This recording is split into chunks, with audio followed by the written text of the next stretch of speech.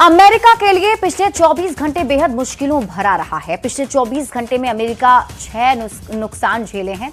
कुछ लोग तो इसे अमेरिका के लिए ब्लैक फ्राइडे बता रहे हैं।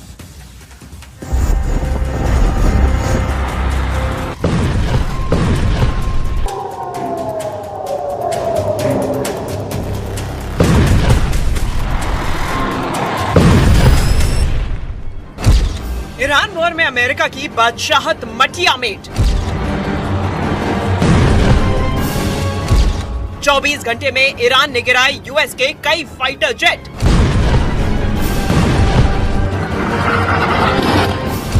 ईरान वॉर में अमेरिका के लिए ब्लैक फ्राइडे। एक तरफ अमेरिका के राष्ट्रपति डोनाल्ड ट्रंप ईरान में लक्ष्य हासिल करने का दावा कर रहे हैं। 2 से 3 हफ्तों में जंग खत्म होने की बात कर रहे हैं। ईरान की आर्मी पर कंट्रोल और नेवी को खत्म करने का दावा कर रहे हैं। दूसरी तरफ ईरान अमेरिका के जहाजों को मटिया मेट करने में जुटा हुआ है। ईरान ने दावा किया है कि उसने अमेरिका के लड़ाकू jet F-15E strike eagle, A-10 Thunderbolt, F-35 fighter jet, F-16 fighter jet, KC-135 strato tanker, Chinook helicopter और ब्लैक हॉक हेलीकॉप्टर को टारगेट किया है।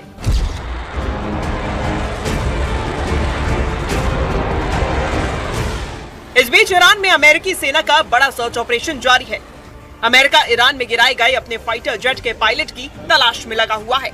इस मिशन के लिए C-130 हर्क्यूलिस जैसे बड़े विमान का इस्तेमाल किया जा रहा है।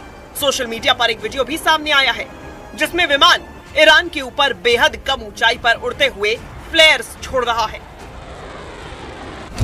इसी बीच इजराइल के एक अधिकारी ने दावा किया है कि अमेरिकी जेट के एक पायलट को ईरान के अंदर से जिंदा बचा लिया गया है।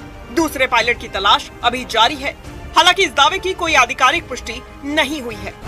कुल मिलाकर ईरान अमेरिका के हमलों का मुंह तोड़ जवाब दे रहा है।